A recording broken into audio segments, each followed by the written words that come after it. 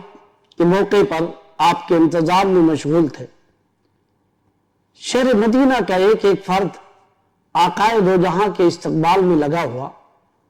میرے آقا مدنی تاجدار صلی اللہ علیہ وسلم، یوں تو سب کے دل میں خواہش تھی آقائے دو جہاں میرے گھر تشریف لائے۔ زہ نصیب آقائے کریم صلی اللہ علیہ وسلم نے اہل مدینہ سے مخاطب کیا، یہ میری اونٹنی جس کے مقام پہ ٹھہر جائے گی میں وہی قیام پذیر ہو جاؤں گا۔ آقائے دو جہاں صلی اللہ علیہ وسلم شہر مدینہ میں داخل ہوئے اور حضرت سیدنا ایوب انصاری رضی اللہ تعالیٰ عنہ کے مقام کے سامنے جب آپ کی اونٹنی شریف پہنچی، میرے آقا مدنی تاجدار صلی اللہ علیہ وسلم کی یہ سواری حضرت سیدنا ایوب انصاری رضی اللہ تعالیٰ عنہ کے مقام پہ ٹھہر گئی۔ شہر مدینہ میں سے ایک فرد واحد جس کا نام عبد الجبار اونٹنی کے قریب آئے، اپنے پیروں سے اشارہ کیا کہ اونٹنی اٹھ جائے، کاش میرے آقا کی سواری میرے گھر تشریف لے آئے۔ حضرت سیدنا ایوب انصاری نے دیکھا، آپ کو اس وقت کافی برا لگا، ارشاد فرمایا، اے جبار، تم یہ چاہتے ہو، اونٹنی کو اٹھانا چاہتے ہو کہ میرے آقا صلی اللہ علیہ وسلم کی یہ سواری تمہارے گھر تشریف لے گئے؟ کاش کی اسلام کا اور شریعت کا قانون نہ ہوتا تو میں تمہاری گردنیں مار دیتا۔ مسئلہ اہم یہ ہے کہ اونٹنی حضرت ایوب انصاری کے مکان ہی پہ کیوں ٹھہری؟ ایک لمبی ہسٹری ہے، ایک بڑی تاریخ ہے۔ حضرت علامہ عینی علیہ الرحمہ خود اپنی کتاب شرف المصطفیٰ میں بھی تفصیل بیان فرماتے ہیں کہ یہ اس وقت کا معاملہ کہ ابھی سرکار دو جہاں مدنی تاجدار صلی اللہ علیہ وسلم اس خاکے دانی دھرتی پہ تشریف نہیں لائے۔ تقریباً اس سے 1000 سال پہلے یمن کی سرزمین پر یمن کا حکمراں، یمن کا بادشاہ تبع اول، جس کا دستور تھا اکثر مکہ معظمہ بیت اللہ شریف کی زیارت کے لیے اپنے شان و کر و فر کے ساتھ تشریف لایا کرتا، ایک قافلہ تیار کیا اور شہر مکہ کے لیے یمن سے روانہ ہوا۔ جب تبع کا یہ مقدس قافلہ شہر مکہ میں داخل ہوا، بیت اللہ شریف کا طواف و زیارت ہوئی، اس کے بعد شہر مکہ سے نکلے اور یثرب کی جانب روانہ ہو گئے۔ وہ یثرب جو آج اس وقت مدینۃ المنورہ شریف کے نام سے پوری دنیا اور ہر انسان کے نگاہوں کے سامنے، ان کے ذہنوں میں مدینہ شریف کے نام سے منسوب ہے۔ وہ شہر مدینہ اس سے پہلے ایک ریگستان علاقہ تھا، میدانی علاقہ۔ یشرب اسے اس لیے کہتے ہیں کہ وہاں کی آب و ہوا بڑی پرمغز نہ تھی، بلکہ ان ہواؤں میں بیماریاں پیدا ہونے کا اکثر اندیشہ ہوتا تھا، اس لیے اطباء نے اسے یشرب کا خطاب و لقب و نام دیا۔ جب وادی یشرب سے میں وہ قافلہ پہنچا جو ہزاروں کے تعداد اور ہزاروں کے مجمع کے تعداد کے اعتبار سے تھا، طبا کا یہ قافلہ پہنچا جس کے قافلے میں تقریباً 400 علماء فضلا، اپنے وقت کے جید عالم، علم کے بحر ذخار، ان سارے علماؤں نے ایک میٹنگ کی۔ میٹنگ کرنے کے بعد حضرت طبا اول کی بارگاہ میں عریضہ پیش کیا، حضور آپ کا یہ طریقہ رہا، جب آپ اپنے شہر سے نکلتے جدھر بھی آپ کا حکم ہوتا ہم آپ کے قافلے کے ساتھ رہتے، آپ کے ساتھ چلا کرتے تھے، لیکن حضور ہم سبوں نے فیصلہ کر لیا اسی وادی اور اسی یشرب کی زمین میں ہم ٹھہرنا چاہتے ہیں، اب آپ کے ساتھ ہم یمن واپس نہیں جا سکتے۔ حضرت طبا نے کہا وجہ کیا ہے؟ میری شہنشاہی یمن میں ہے، خزانے یمن میں ہیں، آبادیاں یمن میں ہیں، ساری دولت و ثروت کے انبار یمن میں ہیں، تمہارے یہاں ٹھہرنے کی وجہ کیا ہے؟ کیوں رکنا چاہتے ہو؟ کہا حضور معذرت کے ساتھ عرض ہے، میں نے اپنی کتابوں میں پڑھا، ہماری تاریخی کتابوں میں نے دیکھا کہ میری کتابیں مجھے بتاتی ہیں کہ ایک وقت ایسا آنے والا ہے جو محمد عربی صلی اللہ علیہ وسلم جسے سارا زمانہ مصطفیٰ کے لقب سے یاد کرے گی، صادق و امین کے ذریعے یاد کرے گی، رحمت للعالمین بن کے جو دنیا میں آنے والا ہے، القریب اس دنیا میں مبعوث ہوگا، جلوہ گر ہوگا، اور شہر مکہ سے ہجرت کر کے اس وادی یشرب میں تشریف لائے گا۔ اس لیے وہ زمانہ تو بڑا دور ہے، لیکن آرزو یہ ہے، تمنا یہ ہے کہ جب وہ یہاں تشریف لائے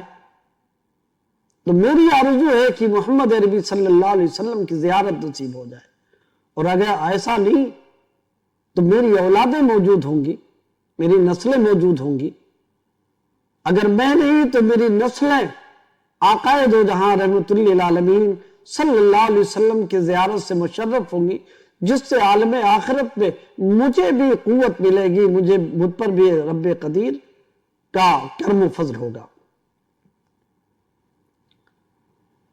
طبا نے کہا ایک تم ہی تو عاشق نہیں ہو؟ طبا اول کے دل میں عشق نبی کی ایک ہیجان پیدا ہو گئی۔ میں نے عرض کیا تھا تقریباً 1000 سال پہلے محفل میلاد مصطفیٰ کا ثبوت آقا دو جہاں صلی اللہ علیہ وآلہ وسلم کہ آمد سے 1000 سال پہلے یشرب کی وادی میں طبا کا یہ عظیم قافلہ، یہ 400 علماء فضلا، اپنے وقت کے قابل دانشور، جن کو دنیا سے کوئی مطلب نہیں اور کسی فرد کی شادی بھی نہیں ہوئی تھی، سب نے تہیہ کر لیا میرے آقا کی آمد ہونے والی ہے،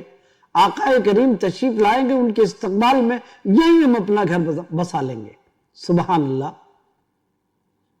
طبا نے کہا ایک تم ہی عاشق نہیں ہو؟ اگر تمہارا یہ ارادہ ہے تو اب مجھے بھی یمن نہیں جانا ہے۔ اپنے چند وزراء کو بلایا، بلانے کے بعد جاؤ یمن چلے جاؤ، شاہی خزانے کے تمام خزانے اٹھا کے لے آؤ، اب یہ یشرب نہیں بلکہ اسے شہر میں تبدیل کرنا ہے۔ تو 1000 سال پہلے جو یہ میٹنگ ہوئی تھی، وہاں ٹھہرنے کا جو لوگوں نے فیصلہ کیا تھا، اور پھر اپنی اپنی کتابوں کے حوالے سے انہوں نے عرض کیا کہ آقا کریم آئیں گے، شہر مکہ میں جلوہ گر ہوں گے، وہاں سے ہجرت کر کے یشرب میں تشریف لائیں گے، اور اس کا نام تبدیل ہو کے مدینہ المنورہ ہو جائے گا، تو سب سے پہلی آبادی اور سب سے پہلی محفل پاک حضور کا جو ذکر ہے یہی میلاد ہے۔ تو 1000 سال پہلے کوئی عام نہیں، 400 قابل عالم دین علماء اور فضلہ نے محفل میلاد قائم کی، نبی کا تذکرہ کیا اور وہاں آمد سرکار کا بیان ہو رہا تھا۔ طبا نے اپنے خزانے شاہی کو بلایا، منگایا، اور منگانے کے بعد حکم دیا اپنے وزیروں کو، یہ 400 ہمارے علماء فضلہ ہیں، ان کے لیے 400 مکان تیار کیے جائے۔ سبحان اللہ۔ آج ہم جشن عید میلاد النبی کے موقع پر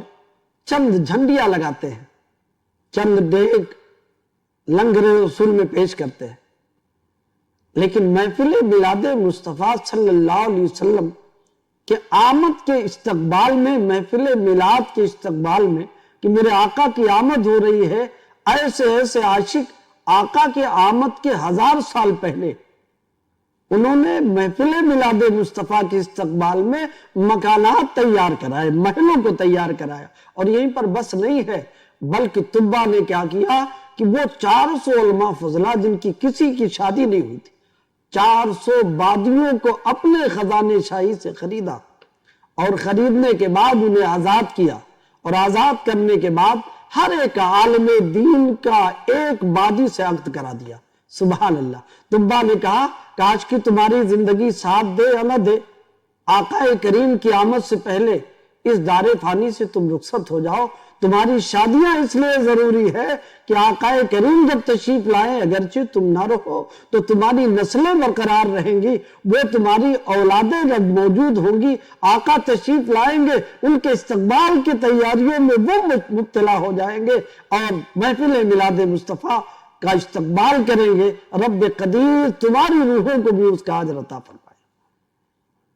تو یہ تقریباً 1000 سال پہلے آقا کریم کے میلاد کی گئی، اور میلاد میں صرف جھنڈیاں نہیں، بڑے بڑے مکانات تیار کیے گئے۔ طبا نے شادیاں کی گئی تو استقبال میلاد میں مکانات 400 تیار کیے گئے، نبی کائنات کے آمد کے استقبال میں۔ محمد سر بسر حمد خدا ہے، محمد جان ہر حمد و ثنا ہے، محمد ہے محمد ہی محمد، محمد مصطفیٰ ہی مصطفیٰ ہے۔ شادیاں ہو گئی، مکانات تیار ہو گئے۔ تیار ہونے کے بعد اب طبا کی عقیدت ملاحظہ فرمائیں۔ طبا اول شہنشاہ یمن، انہوں نے کہا پیارے اب یمن جانے کے لیے میں تیار ہوں۔ طبا نے خط تحریر فرمایا، اور خط تحریر فرمانے کے بعد ان 400 علماء کرام میں جو سب سے ذی حشم، سب سے بلند پایا، سب میں فوقیت حاصل کرنے والے، سب سے زیادہ علم رکھنے والے، جو سب سے بڑے عالم دین، یعنی 400 فضلہ کے جو سرغنہ تھے، طبا نے انہیں اپنے خط تحریر فرمایا اور فرمایا یہ خط آقا کریم صلی اللہ علیہ وسلم کی بارگاہ میں طبا کے نام سے پہنچانا ہے۔ اگر تم وفات کرنا، اس دار فانی سے رخصت ہونے کے وقت اپنی اولادوں کو یہ پرچہ دے کر کے وصیت کر دینا۔ وہ تو آپ کی اولادیں اگر دنیا سے رخصت ہونے لگے تو وہ اپنی اولادوں کو دے دیں گے۔ یہ میرا خط جب آقا دو جہاں دنیا میں جلوہ گر ہوں تو یہ طبا کا غلامانہ رکا آقا دو جہاں کے قدموں میں پیش کر دینا۔ سبحان اللہ، کیسے کیسے عاشق اور دیوانے آقا کریم کے تھے۔ آج ہم میں تو وہ باتیں بھی نہیں۔ ہم آمد سرکار اور محفل میلاد مصطفیٰ اور جلوس محمدی کی شکل میں جو بھی کرتے ہیں وہ یہ ہمارے عشق کا اظہار ہے۔ ہم اپنے نصیبوں کو جگاتے ہیں، اپنے مقدر کو جگاتے ہیں، اور رب کی رحمت کو اپنی طرف ملتفت کرتے ہیں، اس لیے کہ آقا کریم رب کی مشیت یہ تھی کہ مجھے اگر کوئی پہچانے تو میرے حبیب کے ذریعے۔ اور رب قدیر نے کیا بھی یہ کہ اپنے نور سے نور کو بنایا، اور اس نور کو بنانے کے بعد ارشاد فرمایا کن محمد، تو محمد ہو جا۔ اب وہ نور کی شکل میں، ایک پلر کی شکل میں، ایک ستون کی شکل میں پیدا ہوا، عالم نوری میں آ کے رب کی بارگاہ میں سجدہ ریز ہو گیا۔ رب نے ارشاد فرمایا میرے حبیب میں نے تمہیں اسی لیے پیدا کیا تھا کہ تو میری بندگی کرے، اور دنیا کے اندر جتنے بندے پیدا کروں گا وہ سارے بندے تیرے بندگی کے نقش قدم پہ اگر بندگی کریں گے تو وہ سارے میرے مخلص بندے ہوں گے۔ عرض یہ کر رہا تھا کہ طبا نے 400 مکان تیار کرائے، ساری شادیاں مکمل کی، اور ایک رکا لکھا۔ اس وقت مہر کا دور تھا، یمن کا شہنشاہ تھا، تو مہر سیاہی سے بھی لگائی جا سکتی تھی، مگر طبا نے بہترین قسم کے سونے منگائے اور ان کو پگھلایا، اور پگھلانے کے بعد سونے کا مہر اس خط پہ دستخط فرمائی۔ سبحان اللہ سبحان اللہ۔ آج ہم ایک ڈیگ بنا لیں تو لوگ کہتے ہیں کس خوشی میں بناتے ہو؟ یہ محبت نبی ہے، آمد سرکار کی محبت میں جو اخراجات کرتے ہیں یہ فضول نہیں ہے، بلکہ یہ رضائے الہی کا ایک ذریعہ ہے۔ سونے سے مہر لگائی، فرمایا نسلاً بعد نسلین، یہ رکا میرا منتقل ہوتا ہوا آقائے دو جہاں صلی اللہ علیہ وسلم کی بارگاہ میں، جب کل میدان محشر میں محشر قائم کیا جائے اور آقائے کریم کا دور جسے نصیب ہو، میرے آقا اسے مرحبا اور مبارکبادی پیش کر رہے ہو، اپنے غلاموں میں شمار کر رہے ہو۔ اس وقت طبا 1000 سال پہلے سے ہی، لیکن آقائے کریم کے غلاموں میں پہلے ہی داخل ہو جائے۔ اس رقطے میں لکھا تھا، اے میرے آقا محمد عربی صلی اللہ علیہ وسلم، آپ کا غلام طبا گواہی دیتا ہے کہ آپ اللہ کے سچے رسول ہیں۔ سبحان اللہ سبحان اللہ۔ 1000 سال پہلے طبا نے ایمان لایا آقائے کریم پر۔ وہ دے دیا، دینے کے بعد یمن کے لیے رخصت ہو گیا، نسلیں گزرتی رہی، آبادیاں گزرتا رہا۔ وہ دور آیا کہ دنیا کا قیام ہوا، شہر مکہ میں آقائے دو جہاں مدنی تاجدار صلی اللہ علیہ وسلم مبعوث ہوتے ہیں۔ وہ وقت بھی آیا ہجرت کر کے آقائے دو جہاں صلی اللہ علیہ وسلم شہر مدینہ تشریف لے گئے۔ مدینہ کے وجود میں آنے کا وجہ یہ ہے محفل میلاد مصطفیٰ، یعنی شہر مدینہ جو قائم کیا گیا وہ آمد سرکار کے استقبال میں، میلاد کے استقبال میں شہر مدینہ قائم کیا گیا۔ سبحان اللہ۔ اب آقائے دو جہاں صلی اللہ علیہ وسلم کی آمد ہوتی ہے، آپ کی اونٹنی چلتی ہوئے حضرت ایوب انصاری رضی اللہ تعالیٰ عنہ کے مکان کے سامنے ٹھہر گئی۔ میرے آقا نے فرمایا، یوں تو سارے دیوانے چاہتے تھے آقائے دو جہاں میرے گھر تشریف لائے، لیکن جو 1000 سال پہلے جس غلام کی اچھا ایک نکتہ اور اس میں، 400 مکان بنانے کے بعد جو حضرت ایوب انصاری کا مکان تھا، وہ مکان آقائے دو جہاں صلی اللہ علیہ وسلم کے لیے خاص طبا نے تیار کرایا تھا۔ یہ مکان میرے آقا مدنی تاجدار صلی اللہ علیہ وسلم جب تشریف لائیں گے تو اس مکان میں ٹھہریں گے، میرے آقا کے ٹھہرنے کا مکان ہوگا۔ سبحان اللہ سبحان اللہ۔ کیسے مقدر والے ایمان والے تھے، اور وہ تقریباً 2 منزلے کا تیار کرایا۔ آقا کے آمد کے 1000 سال پہلے بہت ایسے لوگ تھے جو نصیب مقدر اور بڑے دولت و ثروت کے مالک ہوتے تھے، انہیں جھوپڑیاں ملا کرتی تھی، لیکن طبا نے آقا کریم صلی اللہ علیہ وسلم کے لیے ڈبل منزلہ مکان شہر مدینہ میں، ان 400 مکانوں میں ایک مکان جو سب سے ممتاز تھا وہ آقا کریم کے لیے اخذ کر دیا گیا۔ حضور نبی کریم صلی اللہ علیہ وسلم تشریف لے گئے، وہ خط ایک بعد دیگرے نسلاً بعد نسلین جو طبا نے آقا کریم کی غلامی میں پیش کیا تھا، وہ ایک شخص کے پاس تھا جس کا نام ابو لیلہ۔ تمام بھیڑ اکٹھا ہے، دیوانے موجود ہے، درود و سلام کے نذرانے ہیں، سارے مدینہ کے لوگ خوشیوں میں مست مگن ہیں، بچیاں ترانے سنا رہی ہیں، عورتیں ترانے پڑھ رہی ہیں، مرد دیوانے ہوتے جا رہے ہیں، آقا کی زیارت کر رہے ہیں۔ آقا کریم صلی اللہ علیہ وسلم تشریف فرما ہوئے، پورا اہل مدینہ کا مجمع اکٹھا ہو گیا، دیوانے نبی کی زیارت میں لگ گئے۔ کیسے مقدر والے لوگ تھے۔ اسی بھیڑ میں ابو لیلہ بھی ہے۔ میرے آقا کے سامنے ابو لیلہ آیا، آقا کریم، کچھ لوگ کہتے ہیں نبی کو کچھ خبر ہی نہیں۔ میرے آقا ابو لیلہ جب سامنے آیا، آقا دو جہاں صلی اللہ علیہ وسلم نے ارشاد فرمایا، انت ابو لیلہ، تو ابو لیلہ ہے، اور تیرے جیب میں طبا کا خط ہے، وہ میرا خط ہے جو تیرے جیب میں۔ سبحان اللہ سبحان اللہ۔ اچھا ایک بات اور، یہ تو میرے نبی کی بات ہو گئی، آقا نے پہچان لیا ابو لیلہ کو کہ میرے غلام طبا کا خط ابو لیلہ کے پاس ہے، اور ابو لیلہ یہ ہے۔ یہ دنیا کا فلسفہ ہے،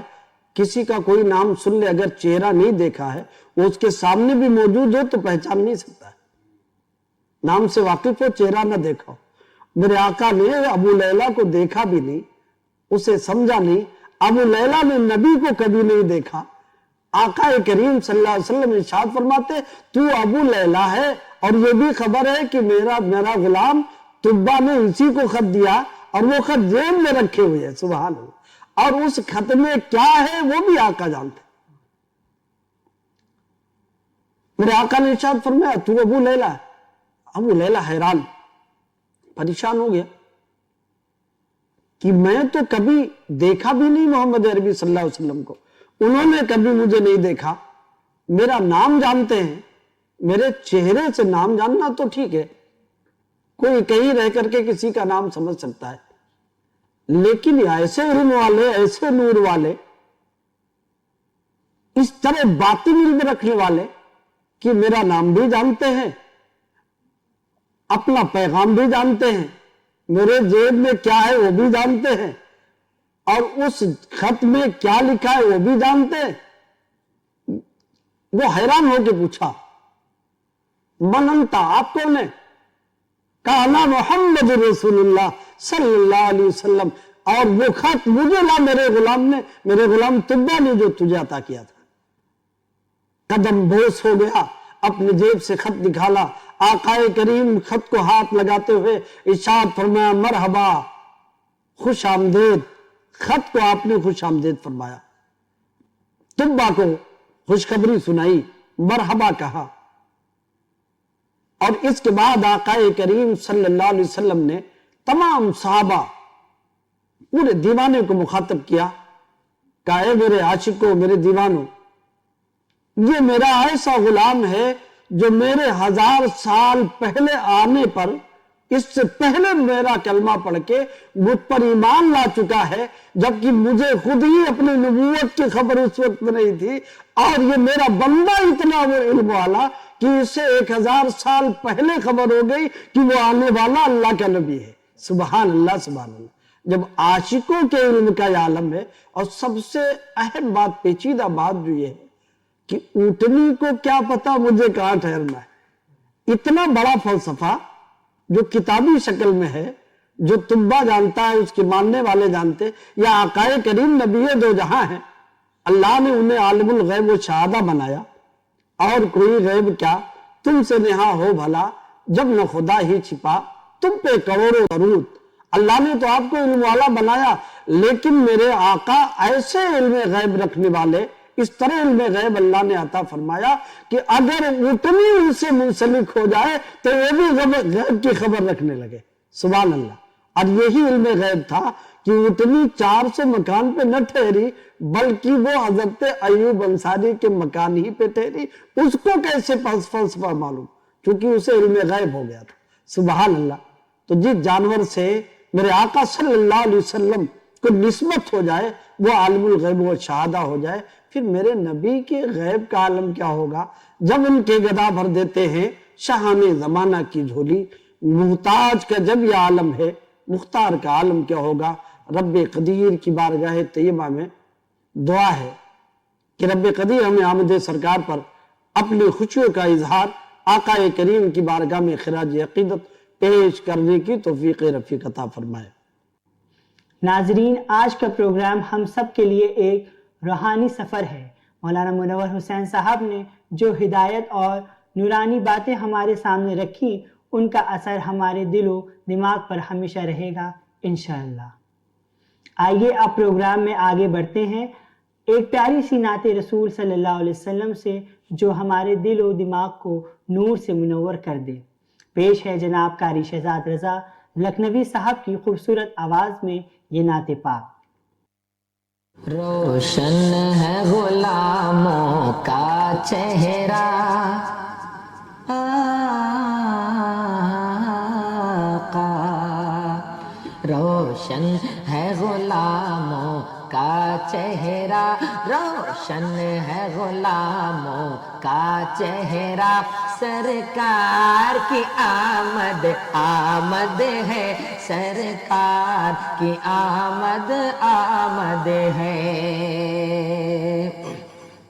روشن ہے غلاموں کا چہرہ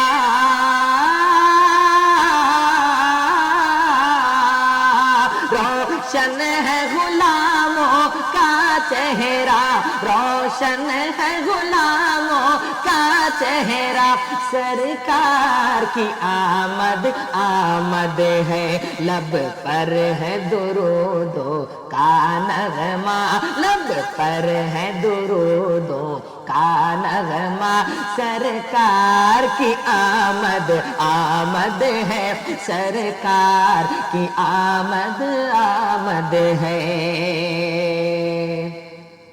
ایک مشرق میں ایک مغرب میں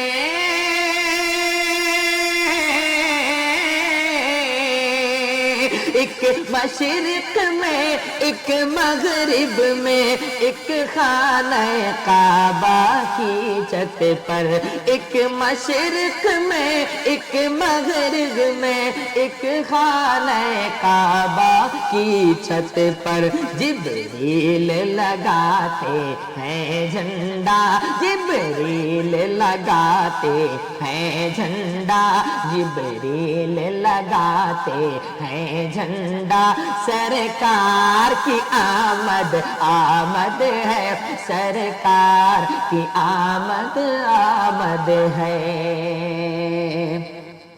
وہ ہم پہ کرم فرمائیں گے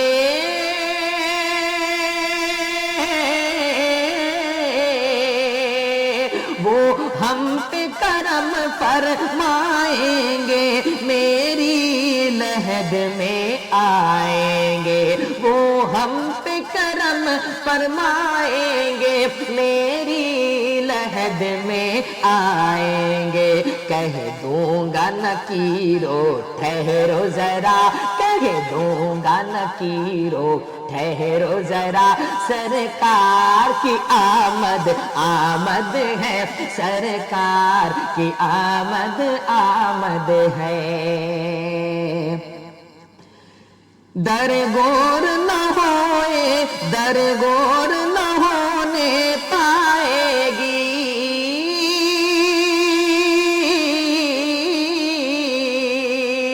درگور نہ ہونے پائے گی اب زندہ کسی کی بھی بیٹی درگور نہ ہونے پائے گی اب زندہ کسی کی بیٹی بھی قانون ہے ایسا آقا کا قانون ہے ایسا آقا کا سرکار کی آمد آمد ہے سرکار کی آمد آمد ہے بیواؤں کے مظلوموں کے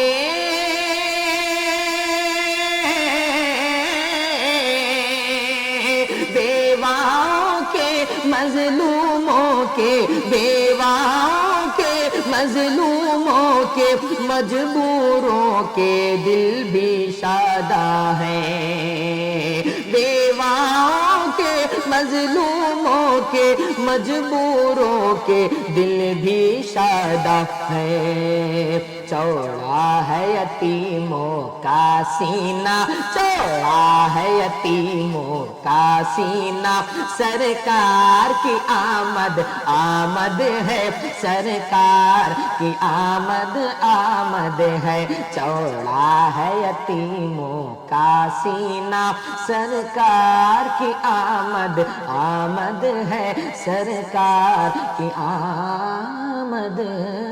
آمد ہے شان رحمت جان رحمت آمنہ کا لال ہے شان رحمت جان رحمت آمنہ کا لال ہے شان رحمت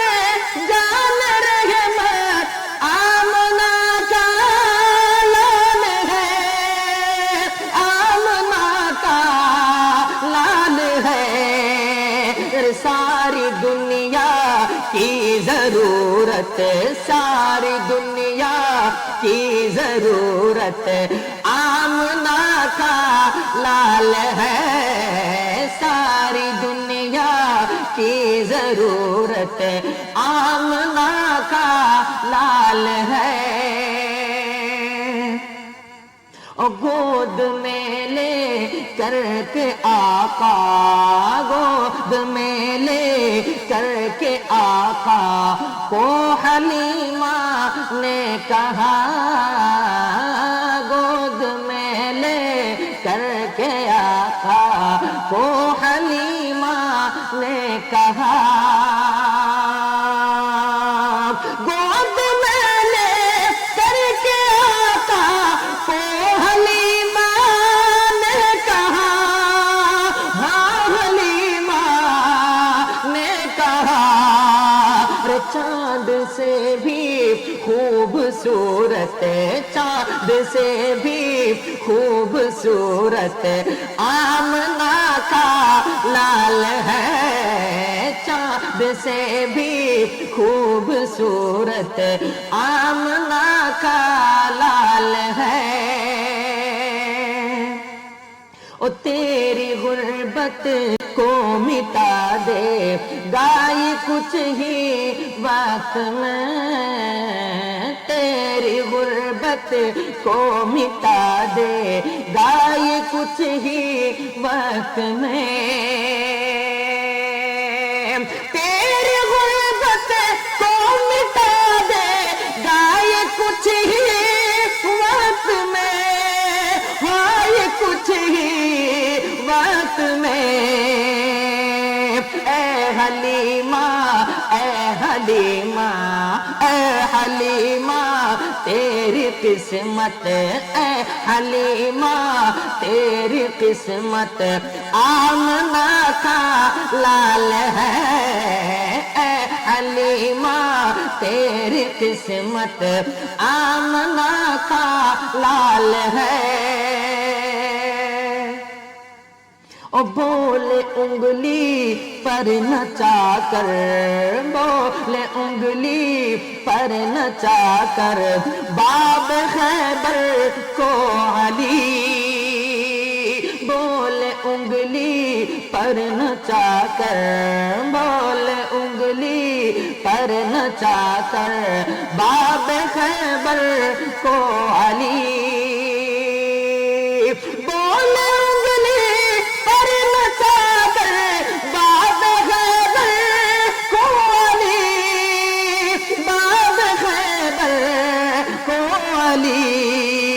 میرے بازو وہ کی طاقت میرے بازو وہ کی طاقت میرے بازو وہ کی طاقت آمنہ کا لال ہے میرے بازو وہ کی طاقت آمنہ کا لال ہے ساری دنیا کی ضرورت آمنہ کا لال ہے ماشاء اللہ کیا خوبصورت آواز سے قاری شہزاد رضا صاحب نے نبی کریم صلی اللہ علیہ وسلم کی شان بیان کی ہے۔ یہ آواز حقیقت میں ہمارے دلوں میں عشق مصطفیٰ کو اور بھی گہرا کر دیتی ہے۔ اصلاح ٹی وی کی طرف سے آپ سب کو ماہ ربیع الاول کی ایک بار پھر سے مبارکباد پیش کرتا ہوں۔ آپ سب سے گزارش ہے ہمیشہ نبی کریم صلی اللہ علیہ وسلم کی سنت پر عمل کرتے رہیں اور اپنی زندگی کو ان کے اصولوں کے مطابق گزاریں۔ آخر میں آپ سے اجازت چاہتا ہوں، اللہ ہم سب کو نبی کریم صلی اللہ علیہ وسلم کی سنتوں پر اور ان کے طریقے پر چلنے کی توفیق دے، آمین۔ میں آپ کا میزبان سید سیفی علی اور آپ دیکھ رہے تھے اصلاح ٹی وی۔ فی امان اللہ، خدا حافظ۔